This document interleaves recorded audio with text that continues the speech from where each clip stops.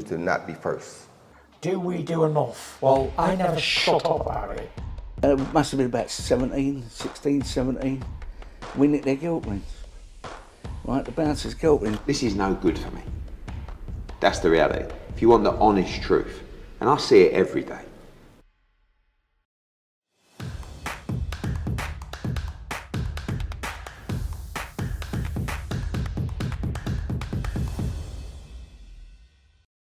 This is Joe Pugh for IFL TV. We're here at Box Park for the Jay Opataya versus Jordan Thompson Wayne. We didn't get a chance to catch up, Alex, yesterday. What was better, meeting Conor McGregor and having a photo with him, or reopening the Lynn AC Boxing Club? Mate, to be honest, like the McGregor thing for me, I've been a massive Conor McGregor fan for years, mate. So to actually meet him and have a little quick chat and stuff, fantastic. But in a professional capacity, opening the Lynn was incredible. And mate, honestly, to see the look on the kids' faces, you know, it was probably a little bit like my face when I met McGregor. You know, for them to walk back in the doors of their gym and to see like how much that gym means to them, it's exactly the same kind of feeling. And having had that kind of feeling that night, I know how they felt, and it was brilliant. For me to have been a small part of that makes you dead proud. So. Yeah, like 3 weeks ago we was there was no floor, no toilet. I was able to go to the toilet. That was the first thing I asked you. Yeah.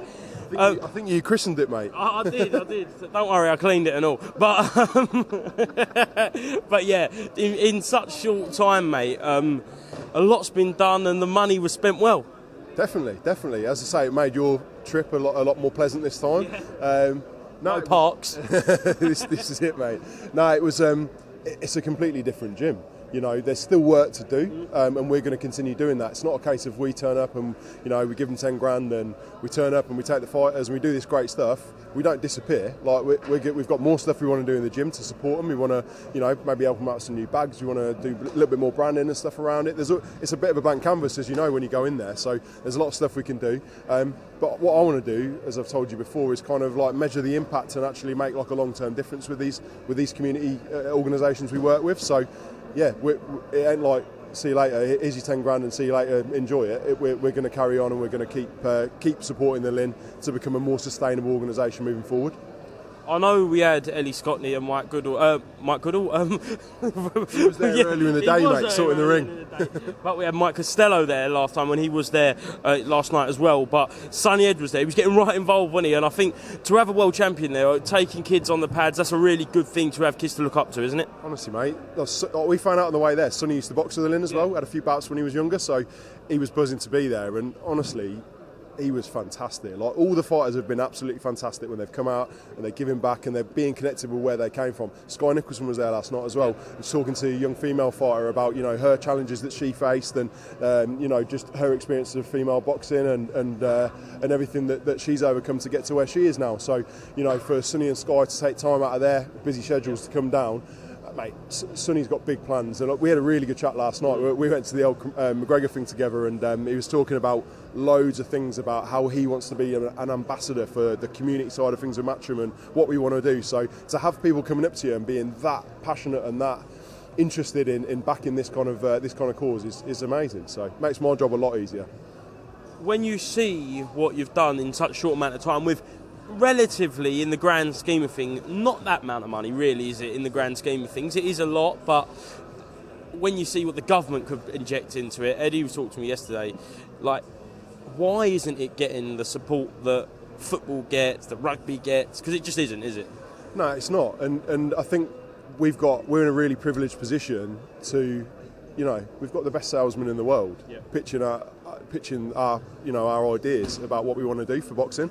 So no, it's not getting enough recognition, but we're in a position to do so. So that's why I was brought in. You know, I've come from a background working with the national governing body to, you know, I understand, you know, the sport's seen decent levels of investment and increases in investment in the last few years, but it's still not enough. And we've got this platform in Matchroom to genuinely make a difference. And as I say, with Eddie, with Frank, with myself, hopefully pitching these messages week in, week out, going down and showcasing what we're doing. And hopefully, you know, we've got connections that maybe England Boxing couldn't make or other organisations couldn't make. So, you know, hopefully we're going to make a real tangible difference as we move forward. I asked Eddie about yourself last night. He said, yeah, he's cost me a lot of money. Is that your plan, to carry on testing how deep his pockets is and try and get more of these clubs open, running and thriving?